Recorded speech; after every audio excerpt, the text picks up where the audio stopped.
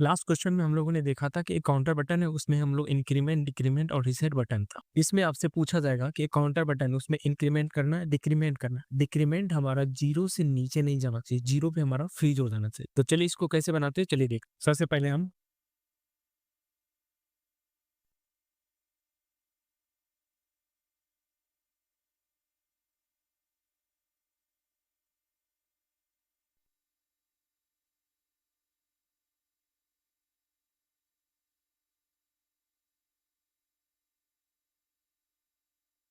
हमारा use state जो हमारा है वो हमारा 0 से नीचे नहीं जाना चाहिए। तो हम लोगों ने यूज स्टेट का यहाँ पे सिंटैक्स लिख लिया है। तो चलिए हम लोग एक बटन बना दिए यहाँ पे।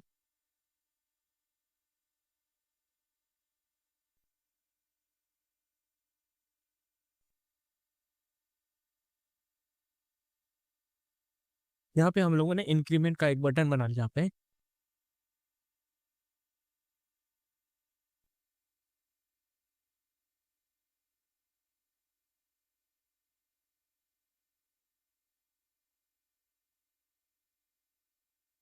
आप लोगों ने यहाँ पे देखा था, जैसे हम लोग यूज स्टेट को कॉल नहीं किए थे तो यहाँ पे हमारा बटन शो नहीं कर रहा था। तो आप लोग यहाँ पर चेक कर सकते हो, कभी कभी नहीं शो करता, तो हम लोग कभी कभी यूज स्टेट शो नहीं करता तो हम लोग मैनुअल तरीका से लिख सकते हैं इसको।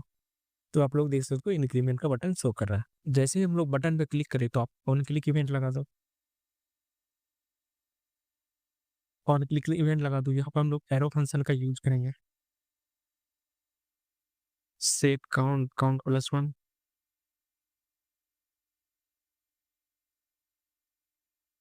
काउंट प्लस 1, ये हमारा बटन देखना। अब यहाँ पे हम लोग रन करते हैं, यहाँ पे हमारा बटन वर्क नहीं कर रहा। क्यों नहीं वर्क कर रहा? हमारा करंट वैल्यू को यहाँ पे हम लोग नहीं लिखे। आप देखोगे यहाँ पे वर्क करने लगा। 0 से स्टार्ट किया, फिर क्लिक किया और लोग वर्क करने लगा। सेकेंड हम लोग बटन बनाते हैं डिक्रीमेंट। अभी देख लो ये वर्क नहीं कर रहा। अब इस पे हम लोग ऑन क्लिक इवेंट लगाएंगे। ऑन क्लिक इवेंट यहाँ पे लगाएंगे। अब हम लोग यहाँ पे हम लोग कंडीशन लगाएंगे। कंडीशन लगाएंगे क्या? अगर हमारा वैल्यू 1 2 3 4 5 है तो वैल्यू हमारा वर्क करेगा। जैसे ही हमारा वैल्यू डिक्रीज होते होते 0 पे आ जाएगा तो हमारा वैल्यू फ्रीज हो जाएगा। यहाँ पे हम लोग दो कंडीशन देखेंगे, एक हमारा टर्नरी ऑपरेटर कंडीशन देखेंगे, दूसरा हमारा लॉजिकल एंड ऑपरेटर कंडीशन देखेंगे। चलिए देखते हैं। अब हम लोग यहाँ पे हम लोग कंडीशन लगाएंगे। कंडीशन लगाएंगे क्या? अब यहाँ पे हम लोग कंडीशन लगाए, इफ हमारा वैल्यू अगर 0 है तो वैल्यू शो करेगा, और 0 से जैसे ही नीचे हम लोग क्लिक कर रहे हैं तो हमारा वैल्यू फ्रीज हो जाएगा। जब हमारा काउंट ग्रेटर इक्वल टू 0 हो, जब हमारा काउंट ग्रेटर इक्वल टू 0 हो तो हम लॉजिकल एंड ऑपरेटर का यूज करके सेड काउंट, काउंट -1 इसको सेव करेंगे। जैसे ही हमें वैल्यू को इंक्रीज कर रहे हैं, अब हम डिक्रीज कर रहे हैं तो हमारा वैल्यू 0 पे आके फ्रीज हो गया।